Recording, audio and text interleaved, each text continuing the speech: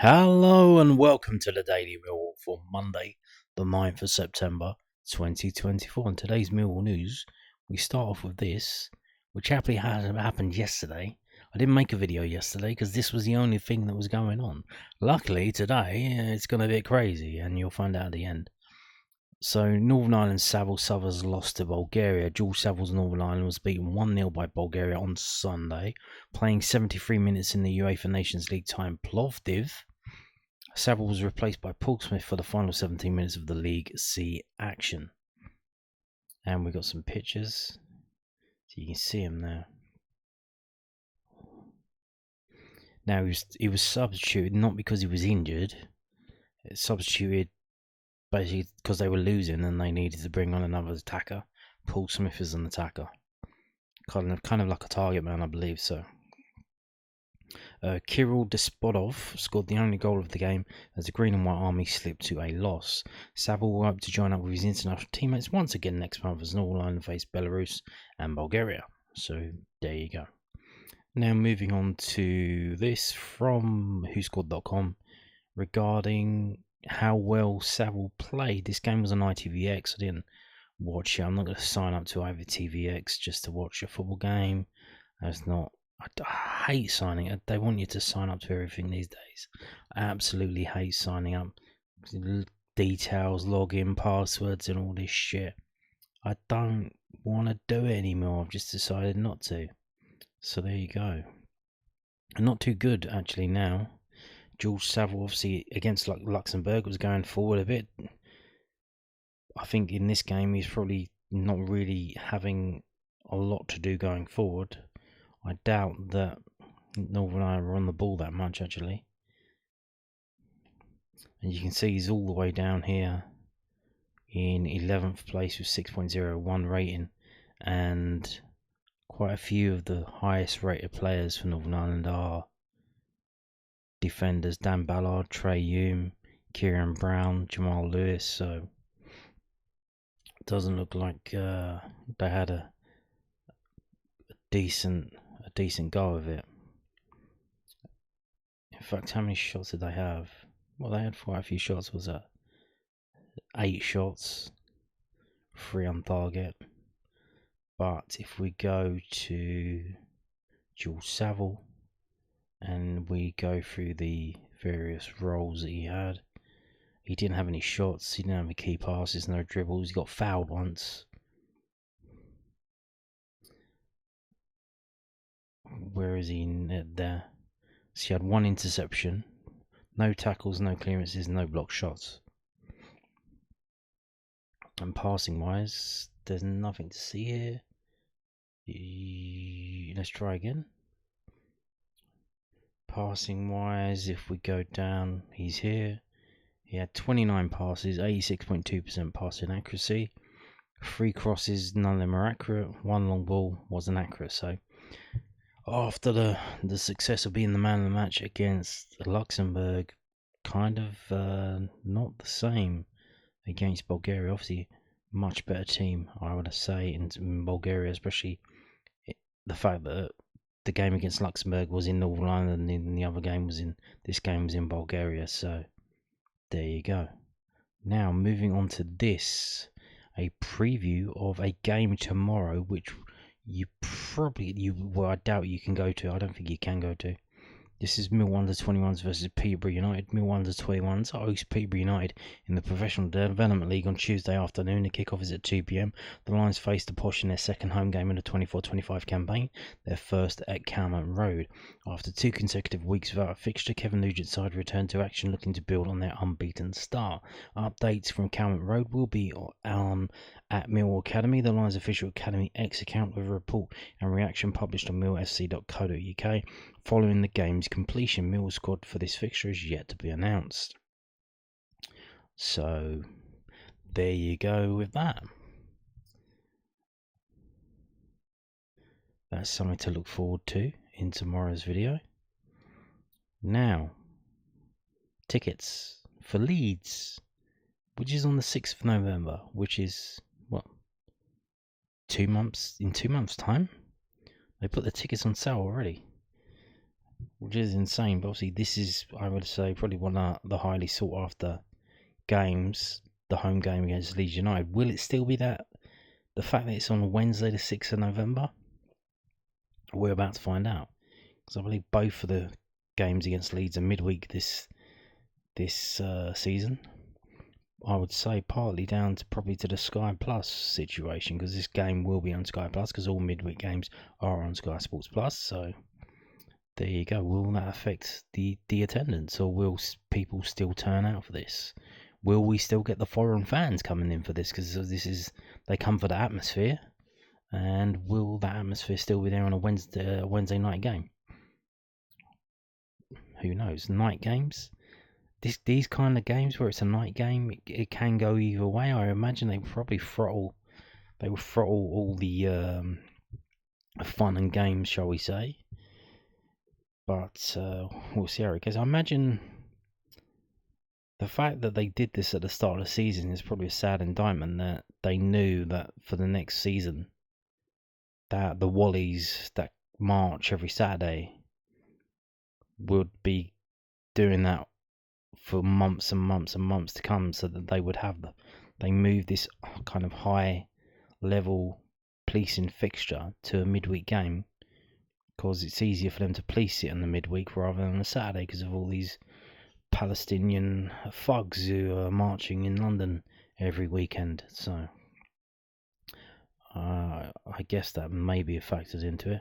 But here you go. So yeah, I don't know if you should buy a ticket this early. I mean, if you're coming in from abroad and you really want to see this game, I imagine you buy a ticket as soon as you can, which is right now, because they're on general sale right now, as well as the obviously the QPR tickets that have just gone on sale, which some people got and some people are struggling to get. But there you go. 2 months in advance. 2 months in advance they're selling tickets for Leeds. Insane. And now moving on to this. Millwall partner with NutritionX. Is this Elon Musk's new company? I don't know. Well, let's find out. This is from millwallfc.co.uk, the club's official website. Millwall Football Club is pleased to announce its new nutrition and supplement partner, NutritionX, for the 24-25 season. And one of the fastest growing brands in the industry, NutritionX have won a number of awards and have agreements in place with clubs across the EFL alongside teams in other sports such as rugby and cricket. As part of the agreement, Millwall's players will benefit from a wide range of high-quality products, including energy gels, pre-workout supplements and whey proteins for post-game recovery, while NutritionX will work alongside the club's strength and conditioning team to deliver bespoke nutritional advice to the squad. Aha. Mill's Chief Commercial Officer Luke Wilson said, we're delighted to welcome NutritionX on board as an official club partner. You know, they've a fantastic range of high quality and fully informed sport accredited products, which will support a wide range of the team's nutritional requirements across the season. Paired with their bespoke expert-led consultancy services, we feel they will provide excellent support to help the players achieve their peak potential across the season. Can you imagine if we won the league? The sales of NutritionX would be through the roof. I mean, I'll go out and buy a load straight away. James Barnum, Club Partnerships and NutritionX, added, we're delighted to be officially partnered with Millwall going into this season at NutritionX. You know, we work specifically with an elite sport, trying to better performance for our athletes with every aspect of our brand. Having supplied the club over the last few seasons, it's great to be able to formalise the relationship for the 24-25 campaign, you know, and we look forward to working closely with Lawrence, you know, and Perry and the performance department to ensure players across the whole club are supported through safe supplementation. Equally important to NutritionX is the education of supplement use, reinforcing messages from staff how to maintain a food-first approach, which will support well-being on and off the pitch. And we're excited to fuel this prestigious club. So there you go. You can find out more. NutritionX, they have their own website that you can buy their stuff from, and surprising Millwall haven't got an affiliate link or some kind of code that you enter to maybe get some kind of piece of the action, because I would imagine if the results start coming, wow, people are just going to be flocking to NutritionX. What's the website? what's the website? NutritionX.co.uk. So there you go. Right, now we're moving on, and this is going to be a lengthy one. It might be about 20 minutes long. I'm going to set the cat amongst the pigeons. I'm going to speak my mind, and some people may or may not like that, but you know, it is what it is. Am I gonna lie? Am I gonna not say anything? No, I'm not gonna do that. So, some weird situation has been happening with regards to the women's team, Millwall Lionesses, as they are. This is from southernnews.co.uk. Millwall Lionesses joint managers resigned from roles. Alex Russell and Adam Rowland have stepped down as joint manager of Millwall Lionesses. Rowland announced his resignation last week, with Russell confirming his departure after the Lionesses' 4-0 defeat in the L&SERWFL Premier Division at the weekend. Today was my last game in charge of Millwall Lionesses, as I resigned earlier last week and I wanted to go out on a high. Sadly, it wasn't to be, Russell posted on X. The decision was not taken lightly, and it's absolutely no reflection on the girls or any of the staff associated with the Lionesses. In truth, the girls are the real reason I've stayed as long as I have. Getting to know them on a personal level as players, as well as people, as well as players. Some of whom I have the utmost respect for in juggling, playing, working, being parents, or some of the younger players pursuing a future in football, juggling around college and working and really making a name for themselves in a first team environment. I wish each and every player success in their lives and playing pathways, whatever they decide to do. I was with the club in the Women's Championship in 2018. The working group and I were driving forces in getting them through their rebirth in Tier 6 and promotion to Tier 5 throughout the past 5 years. I've worked with 6 different managers, 4 different chairmen and various members of backroom staff and hundreds of players, and if I have positively impacted at least one of them, I consider my time at the Lionesses a success. I would like to thank all the players' parents for getting them to training, games, and the staff and the sponsors for their support and making my time enjoyable. I'm on an exciting project which I will pursue after a short break. Until then, thank you all. Rowland said, "This has not been an easy decision, but I've decided to step away from my role at Millwall Lionesses. I've given everything to the club I've supported since I was a lad. I won't delve into it, but it's just proved too much in the end, and I've virtually been stripped of my love for coaching football. I wish them all the best with future endeavours, and hopefully things can change, but I will not be the person to do that." Now, this follows on from a Twitter post, an X post that was made by one of these men. I think it was Rowland, which I think he's since deleted, lambasting the MCT for their lack of funding, saying that they haven't been paying for things and he's been having to pay for some of the things himself out of his own money, despite the fact he was saying last season they went on a cup run and they made £40,000 from that cup run, and it doesn't seem that any of that money's been spent on the team that won that money. Because the club is owned by the MCT, they say it's gone back through to the MCT. But that post was deleted, so there you go. Now, moving on to this. This was put up on Millwall's official website, millwallfc.co.uk. But it's from the Millwall Community Trust and Millwall Lionesses. So Millwall Community Trust and Millwall Lionesses released a statement. Millwall Community Trust and Millwall Lionesses can confirm the departures of joint managers Alex Russell and Adam Rowland. Alex and Adam proudly led the club with commitment, dedication and hard work throughout their time in their job, with last season's Adobe Winnerman's FA Cup run in particular highlight of their tenure, the one that got all their money. The Trust and Lionesses wish to thank them for their sterling service and wish them the very best with their future endeavours. Moving forward, MCT is delighted to confirm Ted Jones as new manager of the Millwall Lionesses. Ted has excelled at Millwall Lionesses under-18s manager, and having worked in academy football, he has experience in developing players and creating an excellent pathway between the academy and the first team.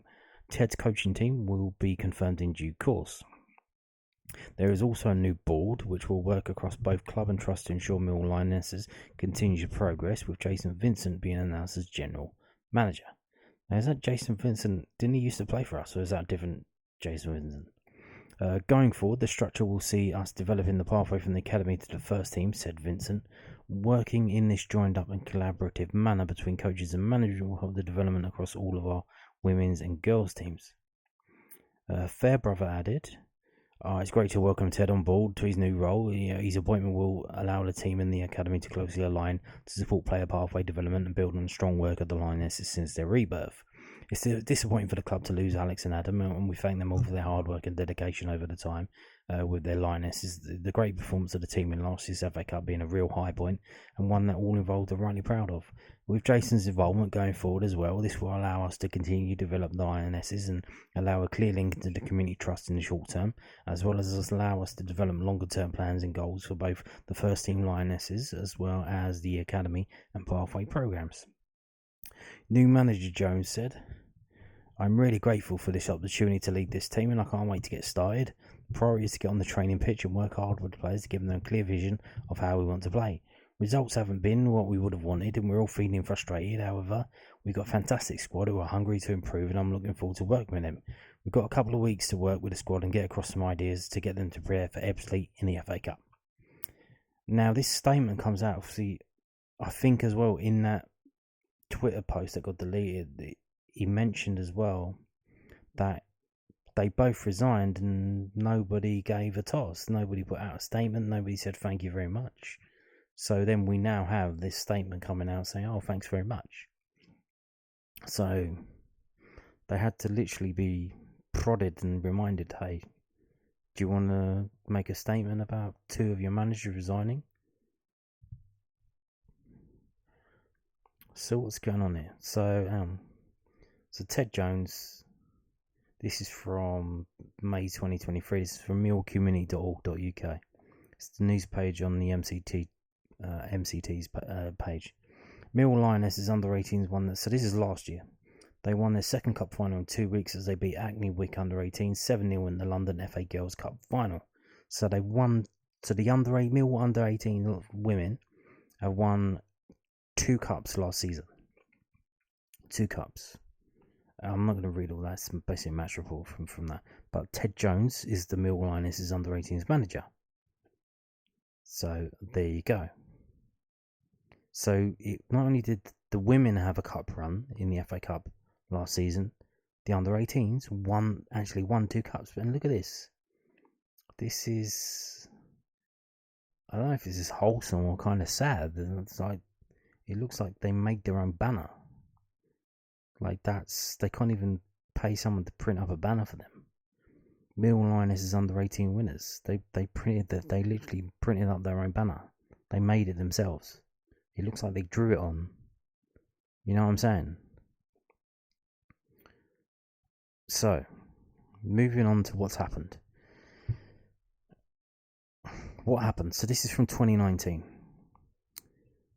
Millwall Lionesses split from Millwall FC and become an independent club. They renamed themselves London City Lionesses, and more on that in a minute. So this is basically a reprise of a situation that happened before, in that there was financial problems and the team just went off on their own. And they said, okay, bye. 123 views, by the way, from a story from 2019. The Millwall Lionesses are to split from Millwall FC to become an independent club, London City Lionesses. In a statement jointly posted on the club's website this afternoon, Millwall FC said it was disappointed that the Lionesses' current hierarchy had decided to go independent. The Lionesses, who play in the Women's Championship, will begin playing under their new name from the end of the current campaign, according to the statement. However, the Millwall Lionesses will go on to operate through the Millwall Community Trust with its proud history and tradition intact.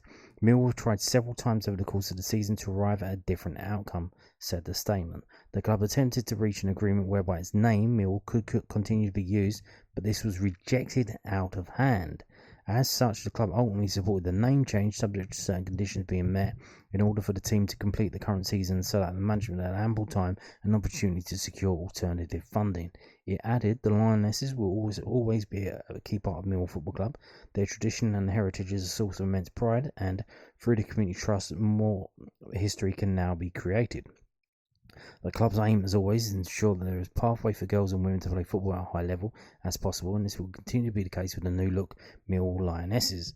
Millwall said it wished the London City Lionesses the best of luck with their new venture.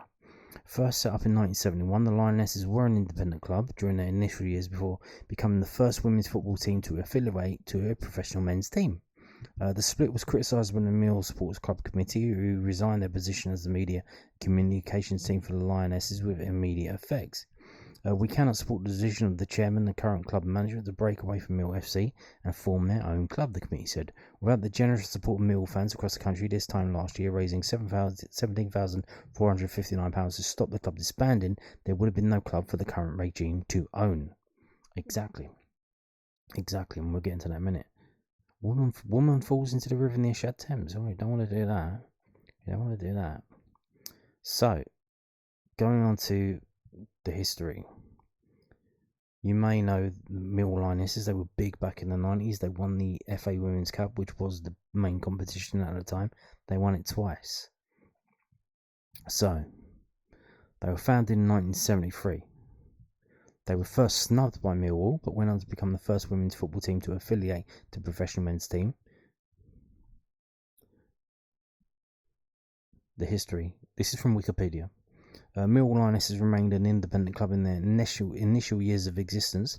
In the mid-1980s, Millwall FC, who were trying to mitigate an appalling reputation for football hooliganism and racism, embraced the female club as part of their community project. Development Officer Gary Stemple sourced funding from the GLC and then a combination of Lewisham and Greenwich councils as well as the Sports Council. Millwall Lionesses became a leading force in both the women's game and the Millwall community programme and played an active part in the development of girls' football. Millwall Lionesses were the first club to have a female centre of excellence, of which there eventually became 42 in England. Millwall Lionesses filled teams with an age range of 8 to 30 plus.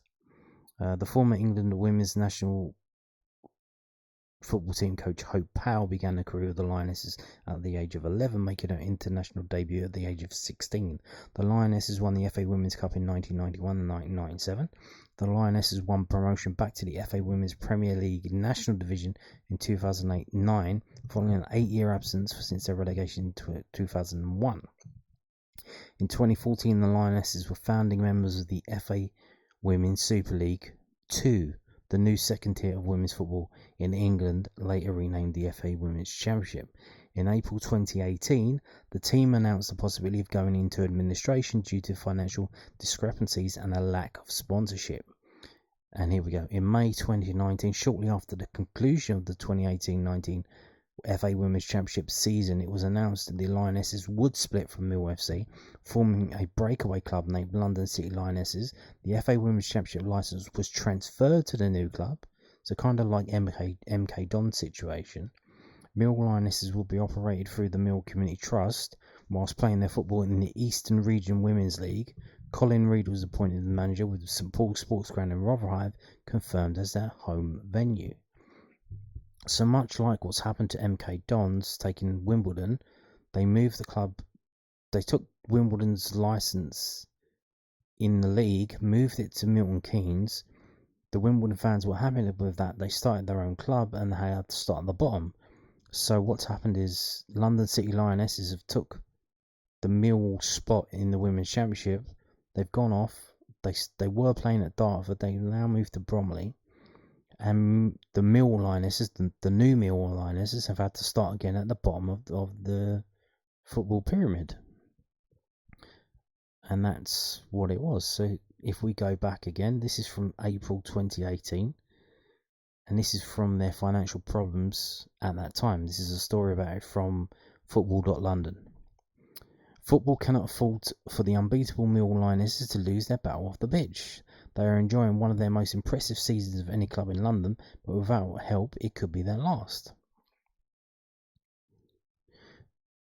Millwall Lionesses last lost the league game in March 2017 that is. They finished third last year and are second this term, unbeaten since the start of the campaign, but unless they receive significant funding in the next few weeks, they might cease to exist before the season is over. On the face of it, women's football is on the up and up in England and London in particular. Chelsea manager Emma Hayes is becoming a recognisable name in the mainstream. The national team finished third in the last World Cup with a squad featuring 8 Arsenal and Chelsea players, and media coverage of the Women's Super League is being hauled up to respectable levels. Is it though? And that's at the top of the game though. It's a different story in the Women's Super League 2 where Millwall play, and so why they are embroiled in their current crisis. On Tuesday, the club announced that due to significant discrepancies, the club finds itself in a position where it may soon be forced to go into administration.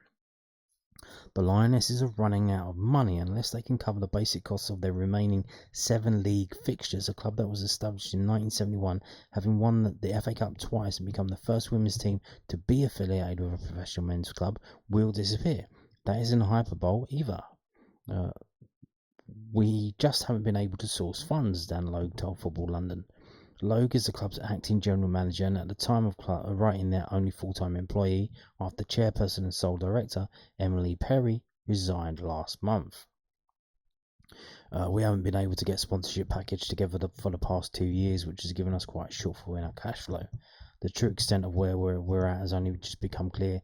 If we hadn't done something now, we would have been closed straight away, probably by the end of this week. This isn't the case of financial mismanagement, spiralling wages, or a rogue director spending too much on tropical fish for the office. Merely the financial realities of trying to run a club with limited exposure. When 170 people attended their last home game and they play in a division that gets no television coverage, you can see why attracting a sponsor can be tricky. And that, according to Logue, is where the financial problems are rooted. The clout that Arsenal, Chelsea and Man City have, we're never going to match, says Logue.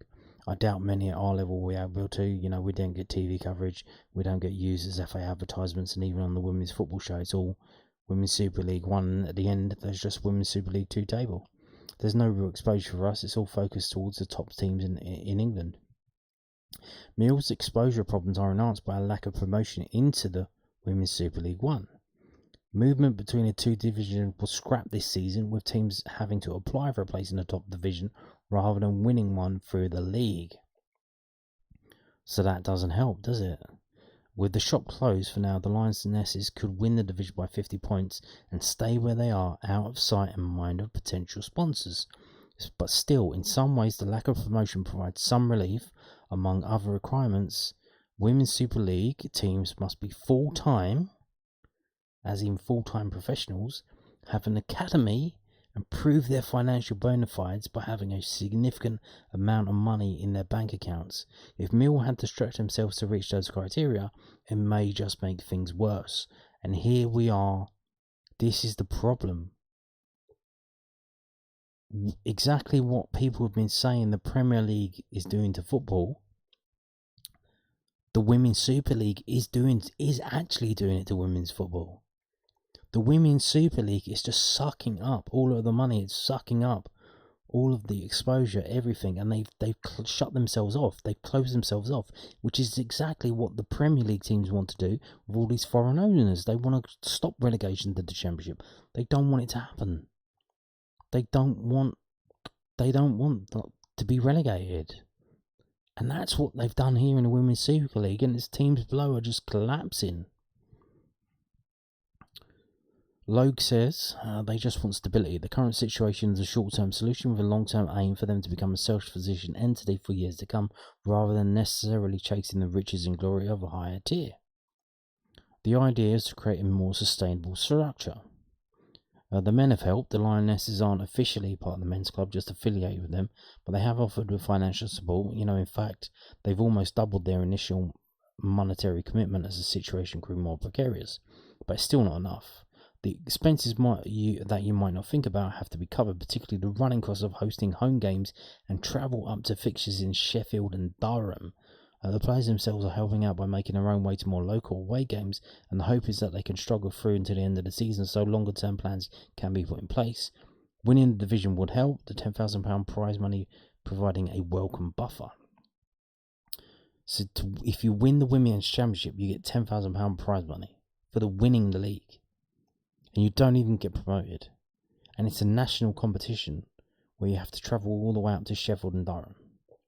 The nightmare scenario is a repeat of what happened to Notts County last year when, with little warning, their highly successful women's team was shut down on the eve of 2017 Spring Series. In that case, it seemed to be by financial decision rather than the club left with no choice, but similar Armageddon could be just around the corner. A Just Giving page has been set up with a target of raising £10,000. While there will be additional fundraising efforts at their game against Aston Villa on Wednesday, the club have also attempted to gain some social media traction, tweeting Harry Kane with the promise that they will give him a goal in return for a little promotion. The Tottenham Hotspur in England striker is a former Millwall player himself, blah blah blah.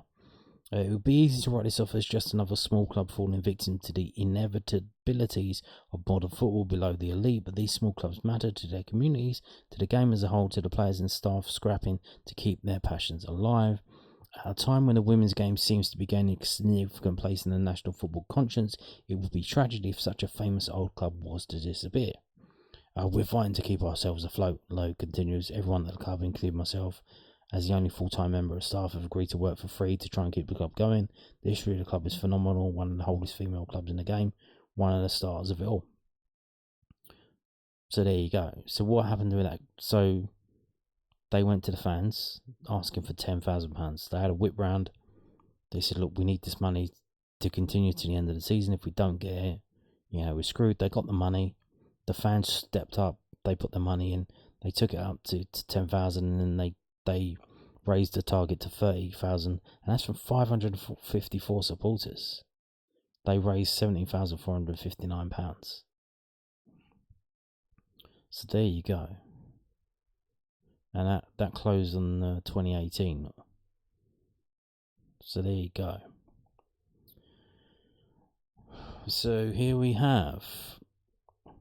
So after the fans stepped up and put the money into the Just Giving page, got the team to the end of the season, what happens? The team's a really good team. They decide, you know what? We're going to be independent. Let's just go off and be independent. And they went off and they took the place that Mill had in the championship, and they took it and they went off and they rebranded themselves and became a different team. So this is from 2019. Lionesses reborn, free. Millwall Lionesses launches an independent women's team. Millwall Lionesses Football Club, the FA Championship winning team, today announced that it will be breaking its ties with Millwall Football Club and becoming independent. It will change its name to London City Lionesses. The club has been supported through this change by the FA, so the FA supported them in doing this. The directors of Millwall Lionesses issued a statement saying, our interest has always been to support the club and the players in their development. The new FIFA Women's Strategy and the FA Women's Football Strategy are both demanding and require a high level of integrity and commitment. These changes are in recognition of those standards. The Lionesses are one of the longest standing women's clubs in English football, having been established as an independent club in 1972. The club broke new ground in being the first to affiliate with a men's club in the mid-1980s. Diane Culligan, who took over as chair at the beginning of the season, commented, the Lions are on the verge of an exciting future. Women's football is the fastest growing mainstream sport in the UK, and with the England team in a position to challenge for this summer's World Cup, there could be a better time for the Lionesses to take this step forward. The team has been managed by this season by ex-Arsenal duo Pedro Martinez-Losa and Chris Phillips. Pedro took Arsenal women to FA Cup success, will lead the Lionesses as managing director, and Chris will continue as first team manager. The chair commented, the degree of professionalism required to compete at the top level in women's football is higher than ever before. When I arrived at the club, it had narrowly avoided bankruptcy and required a complete rebuild. The majority of our players this season were straight from the academy, and I'm extremely proud of how they've all performed. But there's no getting away from the fact, however, that a club of this size needs proper support, financial and otherwise. The women's game can no longer be treated as an afterthought. The club, which chose a name with global recognition in mind, will build on its 47-year heritage by taking women's football to a new level. The ambition for this team is unbounded, says Diane Culligan. Financial success, personal success and playing success are interrelated, and what drives successful women's team comes from different kinds of strength than it does for a men's team. We believe that there is a unique and different approach that the Lionesses can take to build that success. Whilst the club was unable to reveal the planned change during the playing season, it has already been approached by a number of high-profile sponsors, all of whom see the growing exposure in women's football. Now is the time to form relationships in this sector, commented a potential sponsor. There is a window where sponsors can expect more coverage and exposure for their investment than in almost any other sport. A women's team offers a window into football for brands that would not otherwise find a foot in there. Is a real opportunity. I guess, I mean, like, what, Tenor? What was it? Always Ultra? Things like that. Venus by Gillette, you know what I mean, that kind of thing, I guess. So, let's get into it. We've just seen the wiki for Millwall Lionesses. Here's the wiki for London City Lionesses. They're a professional association football team based in Hayes, Bromley. They play at Bromley Ground this season. They were formed in May 2019 as an independent breakaway club from Millwall Lionesses. Now, here's the thing. The transfer of Mill's Championship licence was officially approved by the FA on 29th of June 2019. The newly independent club's operations were funded from 2019 by blockchain entrepreneur Anthony Culligan and his wife Diane Culligan, who was just in that statement. Diane Culligan serving as chairwoman and running the club's operation. So literally, he's paying for all of this stuff. You might as well call it Anthony Culligan FC. Women's FC, whatever you call it. I don't care. The start of the 22-23 season saw considerable optimism from club management after England's triumph in the 2022 Euros drove an increase in club ticket sales. The Lionesses hit challenges later that season, however, with their manager Melissa Phillips resigning in January 2023 to take an assistant manager role with Angel City FC. Who are they? No idea. I guess they're in America. I don't know. Despite the club sitting in first place. In June 2023, all 20 of the club's players sent a collective message to owner Diane Culligan asking her to sell the club or raise an additional investment, citing financial instability, a lack of players signed for the upcoming season, and a lack of a permanent manager. So here we go again. So these Bolshevik players, I don't know what you would call them, they seem to be some of the players that was there before that decided to break away. It's been like 4 years later, so maybe not. But so the players that decided to piss off and go to try and move over to a different team and make it London City Lionesses. The person who paid for all of that and is still paying for it, they went up to her and said, "Hey, more, give us more money. We want more." Can you imagine the balls to do that? They're just literally bankrolling the entire operation. And you're literally going up to them saying, "No, more money. More. On the 15th of December 2023, the Culligans sold the club to an entrepreneur and Washington Spirit owner Michelle Kang for an undisclosed price. Probably £1, I would imagine. And they're a women's soccer club in America. I think they're in Washington DC, aren't they? Yeah, not Washington State. On the 27th of June 2024, so a few months ago, Kang announced the signing of Kosvari Aslani, captain of the Sweden national team, and the appointment of Jocelyn Prescher, formerly of Paris Saint-Germain, as the new manager. The signing of Aslani, who had previously played for Manchester City, Real Madrid and AC Milan, was described as a statement of intent that would have raised the eyebrows around the global women's game. Who? Like, what? Who? It was also announced that the club would move from Princes Park, Dartford FC, to Hayes Lane in Bromley under a ground sharing agreement with Bromley FC. So, there you go. That's what's happened to them. They've decided to kick off, and they demanded that the club sign a good player, okay, I guess because they want good enough, and to put more money into the team and get a proper coaching, which interestingly was a women's coach, a women coach, not a man coach. So there you go. Fun and games. Now you can see here, Hayes Lane Bromley has a capacity of 5,150. So why don't we have a look to see? This is London City Lionesses' Instagram page. If we scroll down, you can see there's a few in the crowd. 1,781 fans for their home game against Newcastle United in a 5,000 stadium capacity. That's it. They literally think they're balling. They think they're bigwigs. They think there are teams in the Conference South that get better numbers than this. Who are they to demand anything from anybody about putting in more money? To do what? What do they think they're going to do? They think they're going to compete with Arsenal and Chelsea? Or PSG? Like, these people are insane. And they swapped out one rich woman who's bankrolling them for another, an American one. Michelle Kang. And obviously, here we go. The puff piece, again from football.london. Meet the 3-year-old London Football Club ready to write more Lionesses history. The London City Lionesses are the only fully professional independent women's football club in the capital and begin their championship campaign this weekend.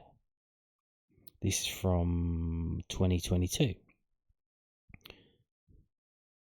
This is at the time when the Lionesses just won the Euros.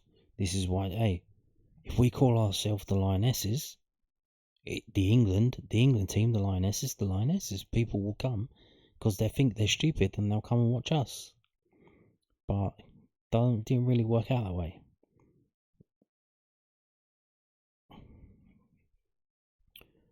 So we're going to read some of this, not all of it. So we've got a quote here. So the fact we achieved the second place finish last year is a testament to the club, says midfielder Amy Rogers, who starred in England's youth teams alongside Euro champions Anna Hampton and Lauren Hemp. Again, who? We're still hungry and we want to go one more. I think that's well within our reach as well with where we're at. Except it wasn't. They literally bullied the owner to sell the club. Unique as the only... So this was written before that happened. This story was written before then.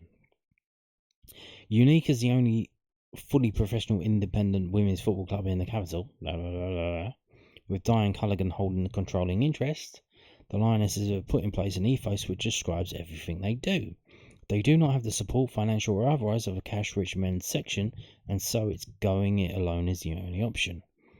Our resources aren't as big as what you have at Manchester United, who can lean on men's departments like finance, payroll and their marketing departments, as Amber Wildgeist, the Lionesses Director of Football. Are you people, you're comparing yourselves to Manchester United? Are they insane? We're quite a small team, but we all muck in together. We don't live in the shadow of a men's club. We can take it wherever we want. Yes. We can create our own brand. We can take it wherever we want. Whereas at men's club, the traditions are set. Men's football have been there for a long time, and the fans have been there for a long time. And there's not a lot of manoeuvre there. There are challenges in terms of resources and staff on the ground, but in terms of where we want to go, if we want to move London City to a different part of London, we can do that. We can write our own history, basically. Wildgust previously worked at Aston Villa and Watford and has attracted to the Deptford-based Lionesses due to the club's outlook and ambitions. So they were Deptford-based, apparently. But they play in Dartford at this time and they've just moved to Bromley.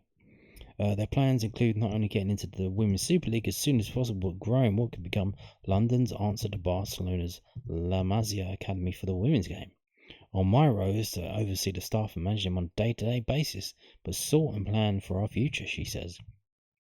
Whether that's next year or the next 3 years or the next 5 years, and have a strategy in place for London City and make them a club that represents London and not just the area we're currently training and playing. We have a youth setup based in Kent that goes from under 10s to seniors. We're trying to build the pathway and opportunities to get players into the first team, which we never would have done before, to have a base of players that can feed into London City Lionesses and hopefully into England Lionesses. Underpinning it all is the club's pride philosophy. Ooh, where's this going? Character is key, and where staff and players are not judged on ability alone.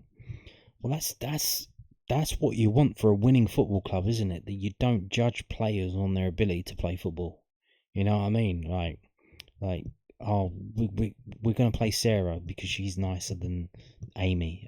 Amy's better footballer, but Sarah's nicer, so we're going to play her. Jesus. We talk a lot about pride, and for us, that's about it's an acronym. It's not about being gay. Professionalism, respect, integrity, discipline, and effort. We will always recruit players and staff that show those values, and that's really important to us because has to be discipline with such a small club. We're basically a startup company, but for football.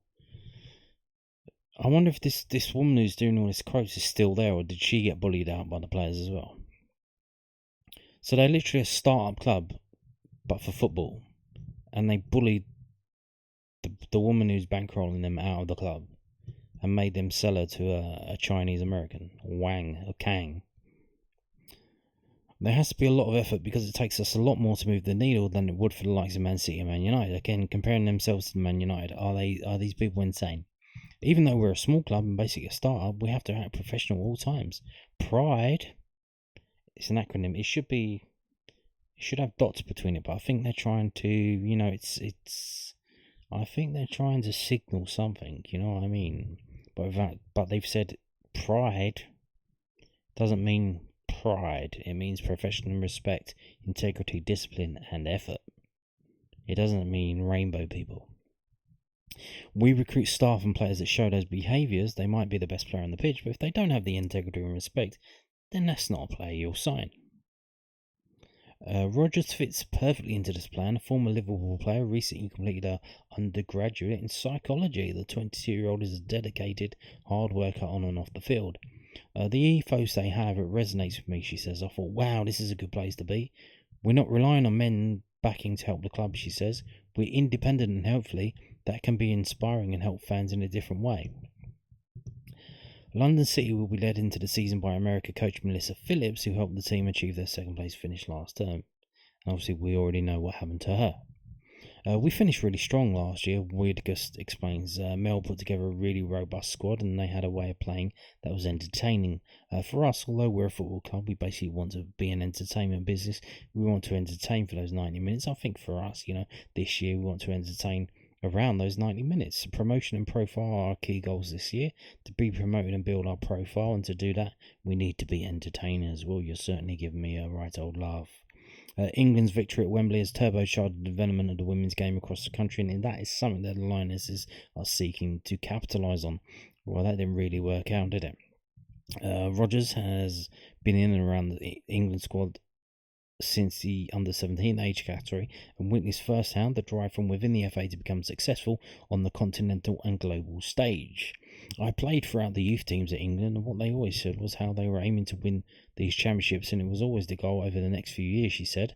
The fact that they've gone and done it whilst it was a home nations tournament as well is just incredible. The next aim for the women's game, she believes, is to ensure growth across all levels. I just really hope that the attendance of the back of that can filter across the levels of the women's pyramid, she says. I think the most humbling thing for me, with it being a summer, driving down and seeing the girls kicking the football around on the field or in the streets, that's quite rare, said Wild Goose.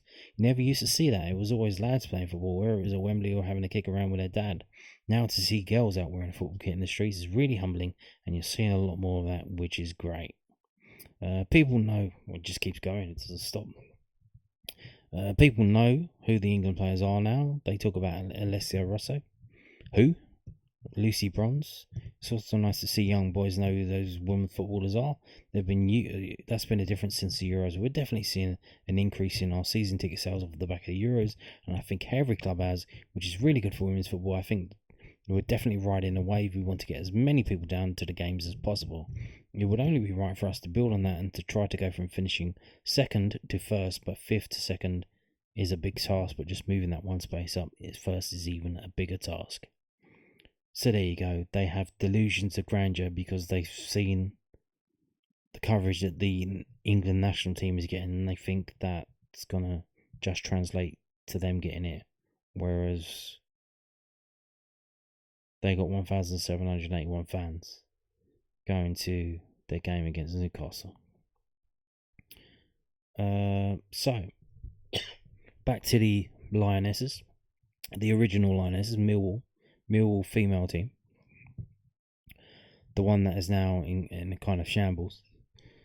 They play in this league. This is the league that they play in. It is 5th and 6th, so they play at level 5th, the 5th tier of the pyramid. And these are the clubs that are in their division at the moment. Ashford United, Barking, Dartford, Dorking Wanderers, Ebbsfleet United, Fulham. Fulham again, a club that they've decided to step it down a bit and be more reasonable. Haywards Heath Town, Millwall Lionesses, New Haven, Saltdean United, Sport London, Benfica, and Sutton United. And you can see most of these other clubs have grounds that are bigger than Millwall's ground, which is St Paul's Sports Stadium. If you don't know, that's where Fisher played. That's on Rotherhithe, just up from Rotherhithe Station. All of these clubs, and I doubt they would actually get that many teams in this level. And this is where, but the division below, they got promoted to that division. This division below, they were probably in the south, is where they had to go back to. Just like AFC Wimbledon did. So it's literally like AFC Millwall Lionesses. They had to go to this division, Division 1 South. And this is the teams that they're going to play against, because they might as well get relegated this season because they've been absolute dog shit. They've been losing heavily. Obviously, I think there's quite a lot of despondency behind the scenes. You've just had 2 of the managers resign, and they literally are struggling. No one's going to see the games. They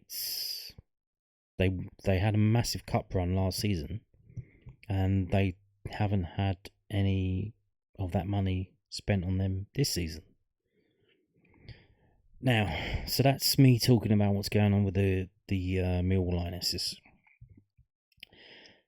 Now, why do I not talk about the Lionesses more? Is it because I'm a misogynistic pig? Probably, I don't know. No. It's because, obviously, it's a political football at the moment. It's being pushed on at the top level. We've seen the Women's Super League and all that. You go onto the BBC website, and it's right there at the top. You listen to the sports bulletins on the hour, on the half hour, on TalkSport, and they say, "Oh, Liverpool signed a striker," and then, well, you hear his pick up, and oh no, they've signed Lucy Pudderdale, and they put that in their 90-second bulletin, like it's absolute premium news. That was the top thing they had to put in the news. That Liverpool women's team signed somebody that no one's heard of, and they tricked people into listening because people would have thought it was a Liverpool men's team. And it's just completely astroturfed, not in terms of the surface that they play on, but the popularity it has. It's not that popular.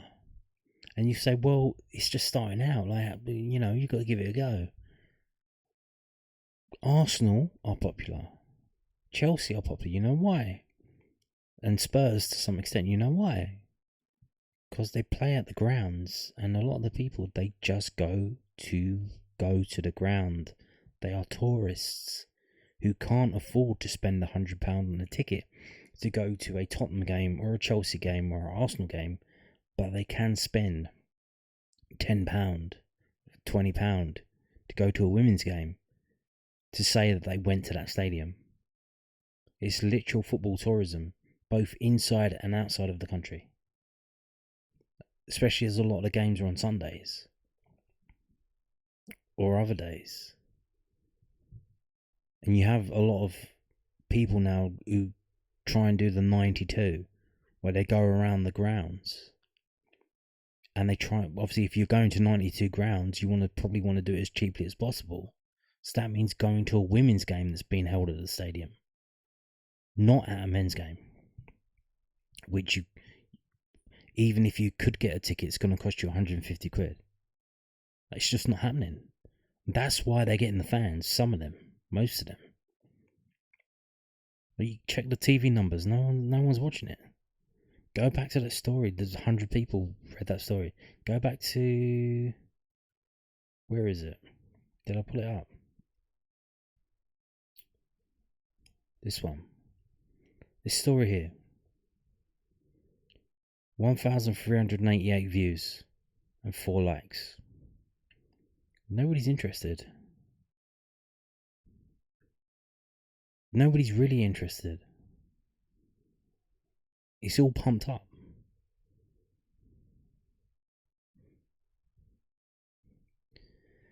And another reason, the reason why I don't cover it is that I kind of resent that artificial fakeness that they keep pushing it and trying to make it a thing when it's not a thing. And you've seen here from the words of the London City Lionesses player and director of football about how arrogant they are, that they think they should get the success.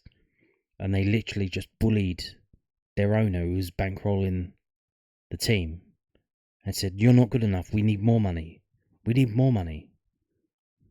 And then they got this rich American woman to come in, Michelle Kang. And another reason why I don't cover women's football is, I'm going to tell you about now. It's highly damaging to women. What do I mean by that? There are proven studies that the physicality is not good for women. And we know this because, the BBC Sport, they wouldn't lie. BBC Sport wouldn't lie to us, would they? BBC.co.uk, April 2023, from last year. Leah Williamson. Why are so many female footballers suffering ACL injuries? When England captain Leah Williamson went down in agony during Arsenal's defeat by Manchester United on Wednesday, onlookers were already fearing the worst. 2 days later, it was confirmed another of the world's best female players had suffered an ACL injury, regarded as one of the worst injuries to have as a footballer. The 26-year-old defender joins an ever-expanding list, which includes Arsenal teammates Beth Mead, who was the Euro 2022 player of the tournament, and Vivian Miedema, the Women's Super League's all-time top scorer. Once again, there are renewed calls from players and fans and managers for more research into why this type of injury is more prevalent in female footballers than male.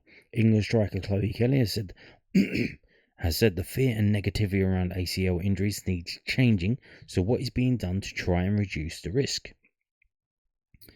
Research has long suggested that ACL injuries, the most serious kind of knee damage, are more prevalent in female footballers, with estimates ranging from 2 to 8 times more likely than in male. Did you see that? Did you pick up on that? So, for every 100 men footballers who get an ACL, there will be 800 female footballers who get an ACL. That's what that means, 8 times. So 8 times 100 is 800. That is insane. That is insane. And that's another reason why the women's football's not going to go anywhere. Because of insurance. What are the insurance premiums when you have that kind of exposure to ACL injuries? Dr. Katrine Krieger, senior lecturer in sports medicine at St Mary's University in London, who specialises in football, said recent discussions focus on whether the injury risk is sex-related, the female anatomy and hormones, or whether it could be gender-related, the way female athletes are raised and managed compared to male athletes as well. So she's literally saying, you know, it's not the physiology, it's the way they get treated, which is fucking bullshit. I think there's some truth in all of these areas. Well, we have to be really careful when we talk about this in women's football, because there is a tendency within research and within the media being like, oh, women are so unstable, fragile because of their anatomy, their hormonal fluctuations, but we haven't proved that this is the cause of these injuries. Maybe it is the way that we are treating women. I'd like to see that change in people's perceptions of female athletes and women's football in general. So there you go. It's, we're treating the women poorly, that's why they're getting injured all the time. It's literally because their bodies cannot handle it. So what are the main areas of concern? Anatomy. The physical differences between men and women, such as women generally having wider hips, which increases the leg's angle into the knee, and underdeveloped muscles which prevent the knee from turning in upon the landing, have been the subject of research looking at whether that increases the risk.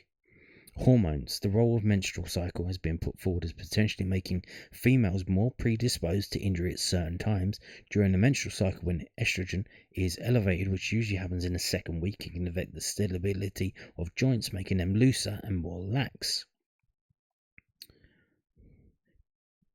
Gender disparities, which I'm not even going to fucking entertain. That's just complete fucking bullshit. Workload. As women's football grows rapidly, the amount of games and level intensity is also growing quickly, which is leading to increasing concern among managers and players in the game. Obviously, you can do everything to put the players in the best condition possible, but the volume of games and the limited recovery time at the moment, it's difficult to do anything about it. Why are they so serious? What makes an injury so difficult is the longevity, as well as having to learn the mechanics of walking again. You literally have to learn how to walk again. I completely forgot the natural way you would walk. I was just having to learn that in the house, standing in front of a mirror and just focusing on doing knee to toe. I had no idea that would happen. I just assumed I would get surgery, be sore for a week or two, and then it will all come back to me. It was the mental side of all of that. I just kept thinking, it's not my knee. It doesn't feel like my knee. Will it ever feel like my knee again? So, there you go. Research. We need more research. Why do you need research? To tell you that we've known for ages and ages and ages. Let's look at some of the research, shall we? We're going to end on this. This is the last bit. We're going to cover this. And this is why I don't cover women's football and why I don't push it. MayoClinicProceedings.org. This is an article in a journal of that name from 2013. Right. The escalation in female sports participation, particularly in high school and collegiate athletics, is described to enactment of the Educational Amendment Act of 1972.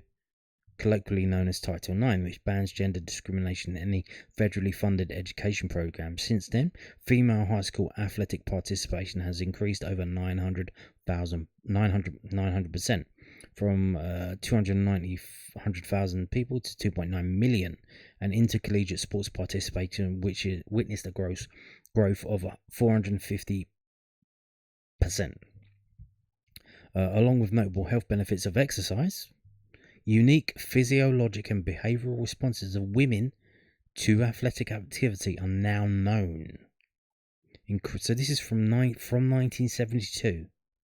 Millions and millions or more women, this is in America, are getting involved in high-level competitive sport, and the consequences of that are now being known. Increasing number of female athletes with eating disorders and menorrhea or non-traumatic stress fractures were reported for several years after enactment of Title IX, but it was not until 1997 that these conditions were first described as being interrelated, and the term female athlete triad was coined by the American College of Sports Medicine. The original definition of the triad has disordered eating, amenorrhea, and osteoporosis, was updated by the ACSM in 2007 to include a spectrum of dysfunction related to energy availability, menstrual function, and bone mineral density. Therefore, an athlete's condition can fall anywhere along the spectrum of optimal energy availability to an eating disorder, menstrual regularity to subclinical menstrual disorders, orthorexia or athletic amenorrhea, and low bone mineral density to frank osteoporosis. Discussion of the female athlete triad would be incomplete without acknowledgement of the fact that many athletes experience one or two conditions of the triad without meeting complete triad criteria. So triad means there are athletes who are getting all three of these things, but even if they don't get all three of them, there are some who get one at least. So energy availability is often considered an imbalance between energy intake, which is a total caloric intake of a person per day, and energy expenditure, which includes both the resting energy expenditure and the exercise. Okay. So the triad. Although estimated prevalence of the triad is low, individual components of the female athlete triad are common in athletes at all competitive levels and ages. Among US high school and college athletes, the prevalence of the triad has been estimated to range up to 1.2%. So 1 in 100 has all three of them. All three of them. However, the prevalence of the individual disorders of the triad is much higher, with 23.5% of female athletes experiencing menstrual dysfunction, 18.2% exhibiting disordered patterns of eating, with or without diagnosed eating disorder such as anorexia nervosa, and 4.1% of having low bone mineral density. A recent meta-analysis on prevalence of the triad in athletes across all levels of activity reported a relatively small percentage exhibiting all three triad conditions, but the prevalence of any two or one ranging from 2.7 to 27% and 16 to 60%. So 60% of female athletes will have one of these things happening to their bodies. The prevalence of the triad in lean sports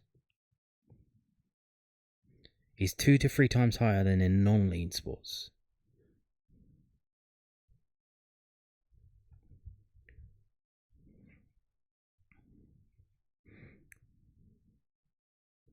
And then they talk about the eating dysfunction, menstrual dysfunction, from delaying the onset of menarche, which I think is the onset of puberty, to causing subclinical menstrual disorders, oligomenorrhea and amenorrhea. Exercise can impact menstrual function in several ways. Oligomenorrhea is defined as menstrual cycles occurring at intervals longer than 35 days, and secondary amenorrhea is defined as the absence of menstrual cycles for more than 3 months in a previously menstruating individual. They lose their periods. They just go away. These disorders occur in 12% to 79% of female athletes and are even more prevalent in participants in lean sports such as ballet. Diagnosing menstrual irregularities in adolescents is challenging because oligomenorrhea is present in 65% of girls during the first year after menarche. So you can see what's happening. Low bone mineral density. The skeletal health component of the triad ranges from optimal bone health to osteoporosis.